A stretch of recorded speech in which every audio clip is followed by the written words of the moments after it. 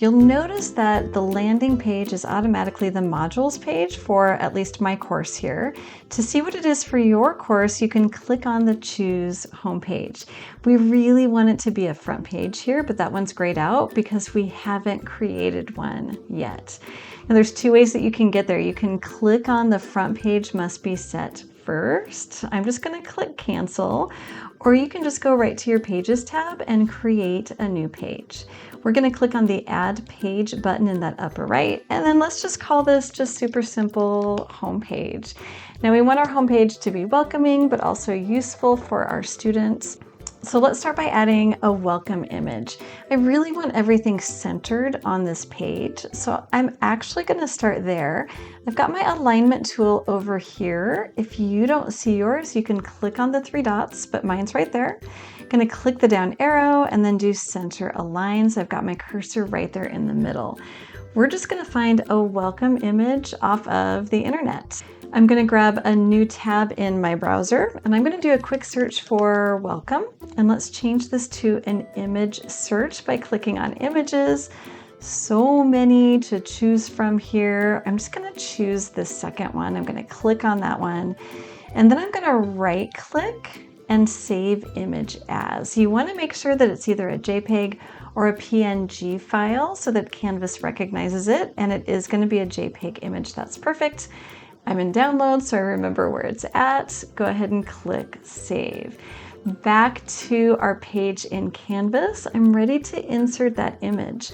To upload the image, you're going to click on Insert Image, Upload Image, or you can click on the image icon. I'm going to do the image icon and then Upload Image. Click on that rocket ship to get to your files. There's my image. Let's click Open. And then I'm going to add some alt text here. This is great for students with a screen reader or students just with a slower internet connection. I'm going to click submit, but my image is going to be pretty large. I want to resize it. But you'll also notice that I don't have a lot of real estate in my rich content editor. I'm going to expand this by clicking on this array of dots. I'm going to click and hold to resize my editor. Super nice.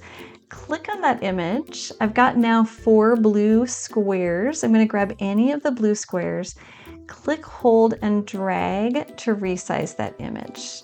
Okay, next, maybe you want to add some text. I'm just going to hit enter, and I want this text to be larger, so I'm going to choose heading 2. You could also change the font here, and I'm just going to say, welcome to Math 100.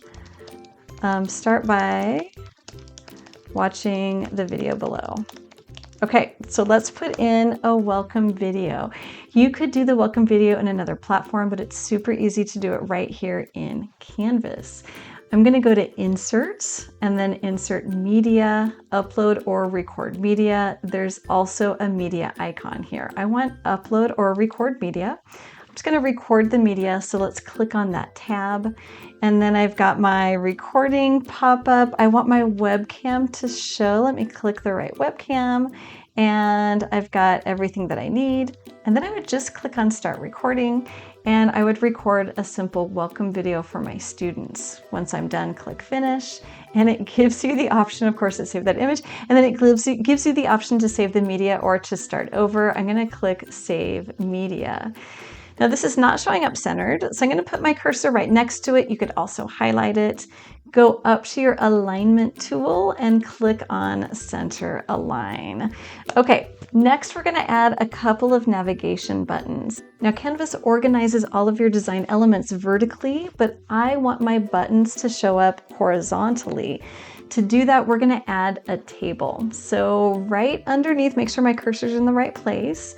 I'm going to go to Table, and then Table, and I'm going to hover over just 2 cells next to each other here, and then click to select, and I've got my table here.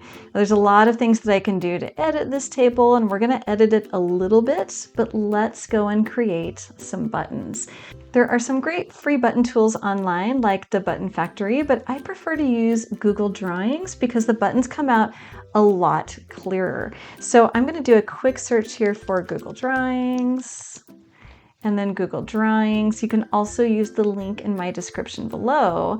And I've got this canvas here. Let's go ahead and drop in a button shape. And to me, that's a rounded rectangle. So you can click on the shape icon, or you can do Insert, Shape, Shapes, and then look for that rounded rectangle. There it is. I'm gonna put this in the upper left-hand corner and just about like this. Now, right now my file includes the entire checkered canvas background, which I don't want. I want it to be the size of that button. If you click on the canvas, you get a triangle tool in this lower right-hand corner. Hover over it so you can resize. I'm going to click and hold and drag to resize that.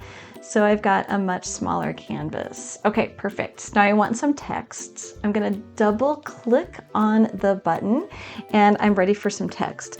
Let's say that this is going to be getting started module. You could also put one that says start here. That's one of my favorite buttons to create.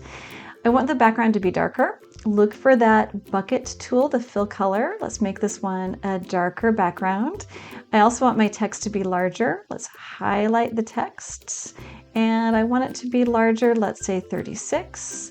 Let's say 30, that's pretty big. Let's say 30. I'm gonna make this bold and I want it to be white. So clicking on the text color icon, I'm gonna change this to white. And that's it. Once I've created my first button, a couple of simple edits will create multiple buttons for me. Let's save this. We're gonna go File, Download, and I wanna download it as a PNG so it doesn't show that background. So save it as a PNG. And let's get it right into our home page. I want them to be centered. So I've got my cursor in my table. I'm going to click on my alignment tool and do center align. Great. Let's drop in that button. I can use my insert image icon and then upload an image. Click the rocket ship, click the button, and then open. Let's add some alt text as well.